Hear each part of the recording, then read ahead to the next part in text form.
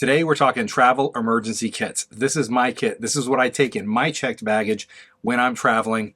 Let's see what's inside. Welcome back to the One Row. My name is David, and today we're diving into my travel kit. As you saw in the intro, when we travel, let's face it, if you are into preparedness and you are into gear, when we travel, particularly when we fly, we have to make compromises. Whether it be we're going somewhere that we can't carry a firearm, or we're going somewhere we can't carry our pocket knife, or we don't have any checked baggage on the plane, we're only going to do carry-ons on the plane, or maybe we're driving and there's where we're going is problematic, or whatever it is. We have to make compromises. Now, some of you will say, I will not compromise. I won't go somewhere where I can't do A, B, and C. Totally understand, and congrats and good to you. But there's a lot of this world that I want to see.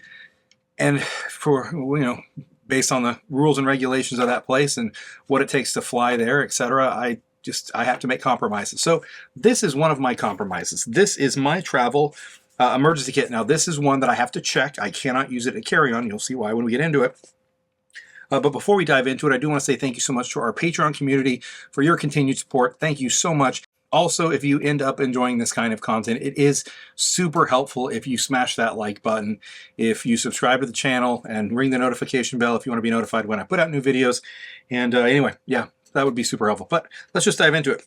So this is fairly small. It's about, maybe 7 inches by 3 inches, kind of cube. I showed these in another video recently, and ended up making turning the small kit that I had into one of these because I like the way it packed better into my luggage.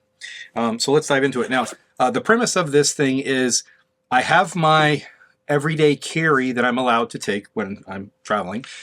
For example, if I go to Dominican Republic, which we went to recently and we're going to again very soon, there is limitations there with knives. For example, they don't like carrying pocket knives. You can carry tools, but you can't carry pocket knives. So play that game if you want to play it. You can't do firearms. And so with that in mind, I do have things that I can keep in my luggage, and if I'm not carrying them, it's what it is. So with my everyday carry in somewhere like the Dominican Republic, I don't have a pocket knife. I usually carry a flashlight.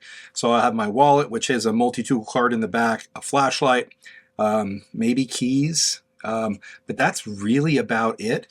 Now, if I'm going to the pool, for example, at a resort, then maybe I've got sunscreen, a lighter, some other basic stuff. And then back in the room, I would have this. Now, also when I travel, in my travel backpack, I have a first aid kit, which I will be showing you actually in the next video. So if you want to see that first aid, what's in my travel first aid kit that is travel friendly, that you can take through the TSA checkpoints, then watch the next video, probably coming in the next couple days. But this particular one can't go through security, but it's built off of a layer of things that I have. So this isn't a completely standalone thing because my first aid kit is in a different thing. And also my everyday carry stuff is in a different thing. So, but let's dive into it. First of all, I have $100 cash, American. If you have one, if I run out of money, I have problems with my debit cards. I have some extra cash in here. Now, I also usually carry some money in the back of my phone, between my phone and my phone case, usually either a 20 or a 50. So right there, I've got 120, 150 plus whatever cash I might have taken for the trip, just additional money to have. Now, to go along with every other video that I ever talk about with gear, I have my tactical baby wipes. These are individually wrapped dude wipes. I have 4 of them, which I pack in here, 2 for me and 2 for somebody I might be traveling with, named Jamie. Jamie is my wife, if you don't know. I have in here also a very thin set of mechanics gloves. These are the 0.5 mil. They're extremely thin, and honestly, they will wear out very, very quickly. They're intended as like operator gloves, but what I like about them is when I'm traveling, for example, it's a set of gloves that I can throw in here, because if stuff really goes down, having gloves is really, really important. Obviously, I don't have a firearm, so it's not going to running and gunning with these things or anything, but just having some gloves to help me with some basic stuff. Again, the 0.5 mil mechanics gloves. What else do I have in here? Got a couple Ranger bands. You may have seen from a prior video as well. I talked about these, super helpful and nice to have. So that's there. I have some water tablets. Now these are what, 2, so what, 5, 10 water tablets. Good for a couple days. Then what else do I have? I have a rechargeable headlamp. This is in, what's the brand? I believe it's a Nitecore. And the thing I like about this one, and it packs really, really small because it uses an elastic band instead of one of those headbands, the big thick headbands. And it basically runs 2 off the back, so you have one high on your head and one low on your head. Super, super nice to have headlamp. And it charges off of USB-C, which is important because you'll see that later. A little extra cordage, which I've talked before about using hex nuts with these. I didn't come up with the idea. I saw it on another YouTube video, but I can run this through here. And now I have a little swingy thing that can do some significant damage. I don't travel with it in this configuration, obviously, just in case, but that's here. What else do I have? I have a Write Anywhere pen, which is the fluorescent one. It is a Write Anywhere pen. And to pair with that, where is it? I have a Write in the Rain notebook. Now this is a generic one off of Amazon, but it's the same concept where it can write when wet. So I have this. What else is in here? I have this. This is a fixed blade knife I got off of Amazon. It is a Kaiser. Yes, Kaiser. I really, really like this knife. I actually want to get more of these. This particular one has this wooden handle, which I absolutely adore, but I do want to get more of these because I really love the size of these. It's got this really nice jimping on top, and then it's got this scallop cutout here where you can really lock in and then really press down. So for being such a short blade, it gives you a lot of capability. Obviously, I would love to have a much bigger blade. The problem is this is the biggest blade and sheath combo that will fit in this bag. Now, if I went with any bigger knife, blade, whatever, it would be a problem. Now, I could go with a folding knife and get like a full, 4-inch folder, 5-inch folder and fit this in here.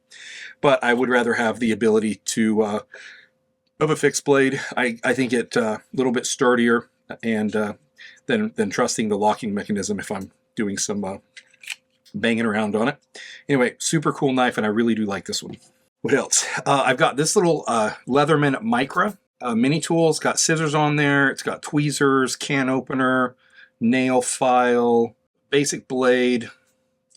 Again, it's screwdrivers. It's pretty basic, pretty small, but it gives me a couple little things which I don't have elsewhere in my kit. Tweezers. I do have scissors in here from something I recently bought to add to this kit. I like it. And it's really small, they're super space efficient, and it gives me just a little bit more capability for hardly any size at all. I have a nail with duct tape wrapped around it. Why a nail? Because it was the right size to wrap the duct tape around. You can use the wrap it around a credit card, whatever you want, but having a little bit of duct tape is highly recommended, obviously for MacGyvering things, if you got a MacGyver. Also have this is that new Gerber multi-tool, which I picked up the other day. I was telling folks on a live stream. Live streams on Thursday nights, by the way. If you are into, anyway, want to talk to us live, my wife and I come on and we have some fun. Anyway, this Gerber, I got it for about 32 bucks off Amazon. It has got a corkscrew on it and a lever bar for the corkscrew. It's got a can opener and scissors and a more full-size blade than the Micra, not as big as the fixed blade. Again, it gives me some additional capabilities, which I wouldn't otherwise have. Now, having the corkscrew is helpful if you want to open things with corks. And that's something that if you're traveling, there's wine, etc., it's kind of handy to have. What else do I got in here? Then I've got this electronics pouch, which we'll dive into in a second. I've got a little button compass. Nothing really special here, just a cheap little plastic button compass. And I have a Frenzel lens. This can be helpful for reading things if my contacts start to give me grief, but also for starting fires from the sun if necessary. So I've got that, and That's everything that's in the kit except for my electronics bag. So let me show you what's in there. Now this is in a resealable waterproof container. I bought these Rezip bags at Target. They're super handy. It's like a Ziploc bag on steroids. They're super thick, well constructed. It says some things are worth reusing. Reuse me. So this bag wants to be used. Anyway, waterproof, food safe. It can freeze. It can get snowed on. It doesn't care. And anyway, so I like these. I use these a lot in my gear. In my waterproof bag, I have an electronic lighter, which is a USB-A. Is that what the micro USB? That's what it's called. So it's a micro USB cable. And so I have two cables in here. One is the micro USB cable, and one is the USB-C cable. Then I have a 10,000 milliamp charger. Decent. It's not amazing, but it's flat. That's what I liked about it, is the dimensions fit this very, very well and fits right in here, whether I want to set it this way or along the bottom, which is how I normally have it. It's this pouch on the very, very bottom. It recharges on USB-C, and then the USB-A's are how it powers out. So I've got USB-A out to C and to micro, and then I have a flashlight, an additional flashlight. And this is an Olight.